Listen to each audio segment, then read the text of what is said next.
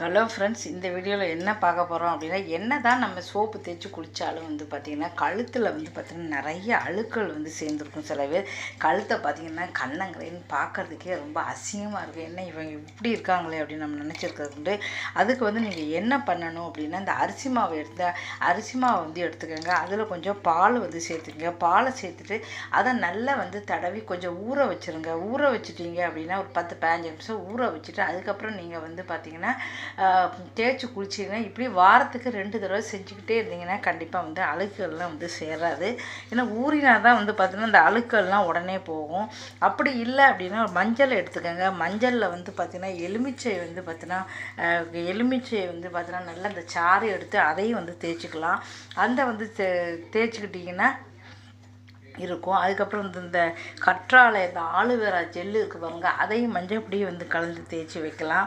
இப்படி நிறைய மெத்தேடுகள் இருக்குது. உங்களுக்கு எது பிடிச்சிருக்கோ பண்ணுங்கள். நான் பார்த்தீங்கன்னா அரிசி மாவு எடுத்திருக்கேன்.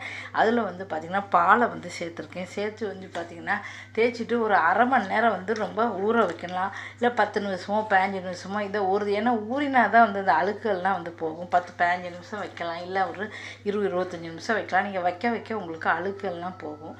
வச்சுட்டு அதுக்கப்புறம் நல்லா நீங்கள் தேய்ச்சி குளிச்சிட்டிங்க அப்படின்னா பார்த்திங்கன்னா உங்களுக்கு இந்த கழுத்து பகுதியில் அழுக்கு சேராது. என்ன தான் நம்ம இருந்தாலும் சில பேருக்கு பார்த்தாலே பார்க்கவே அருவருப்பாக இருக்கும். நானும் எத்தனை பேர் பார்த்துருக்கேன். என்ன இப்படி கருப்பு அழுக்காக இருக்கு அப்படின்னு நினச்சிருக்கோம். அதுவும் வெள்ளையாக உள்ளவங்களுக்கு கேட்கவே வேண்டாம். அப்படி நல்லா தெரியும். அப்படியே கருணகரேன்னு பார்த்தாலே தெரியும். அதனால் இந்த மாதிரி முறையில் நீங்கள் அழுக்கை போக்கிடுங்க. போக்கிட்டீங்க அப்படின்னா பார்த்திங்கன்னா அழுக்கள் பார்த்திங்கன்னா உங்களுக்கு சேராது. வாரத்துக்கு 2 தடவை ஆனால் நீங்கள் பண்ணணும். வாரத்துக்கு ஒரே ஒரு தடவை பண்ணிவிட்டு ஐயோ எனக்கு அழுக்கே போலையே அப்படி சொல்லக்கூடாது. இதில் ஒன்றுமே நான் பண்ணலை. அரிசி மாவு எடுத்திருக்கேன், பாலை ஊற்றிருக்கேன், அவ்வளோதான்.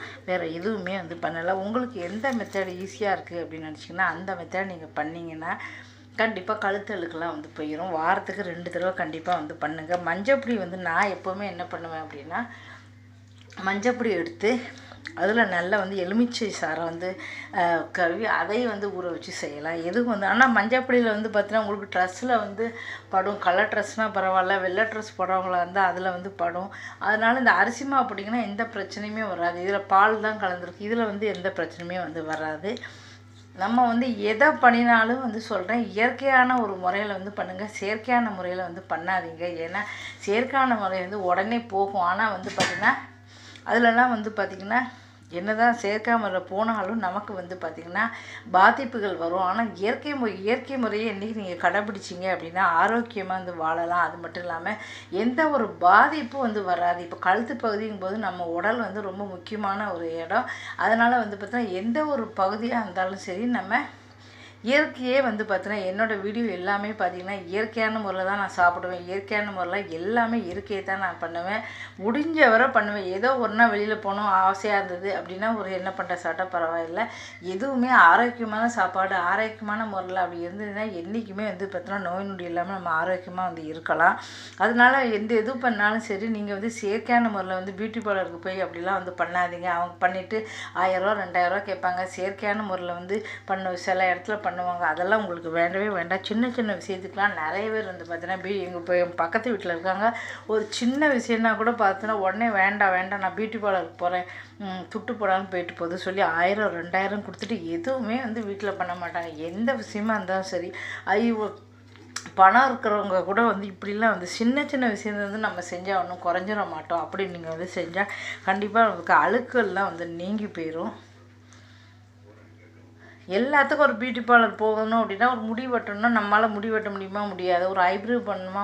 பண்ணிக்கலாம். நான் பியூட்டி பார்லருக்கு போது மாதம் 50 ரூபா கொடுக்குறது ஒன்று ஐப்ரூ மட்டும் தான் பண்ணுவேன். எப்போவாவது முடியை கட் பண்ணுவேன், அவ்வளோதான். மற்றபடி எதுவுமே இதுவரையும் பியூட்டி பார்லருக்கு நான் 5 நிமிஷம் செலவழிச்சே கிடையாது. இப்போ தான் பியூட்டி பார்லர் என்னுடைய செலவு மாதம் பார்த்திங்கன்னா 30 ரூபா தான்.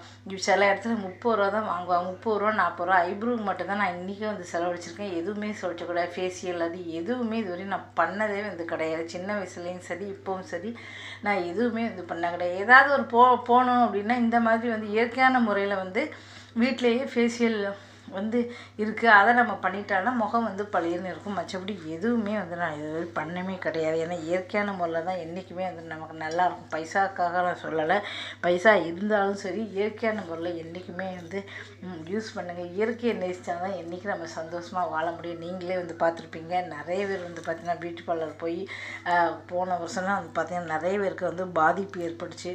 அப்போ வந்து பார்த்திங்கன்னா என்ன தான் நஷ்டஈடு கொடுத்தாலும் நம்ம உடம்பு நம்ம தான் வந்து பார்த்துக்கணும். இதெல்லாம் வந்து பார்த்துக்கோங்க.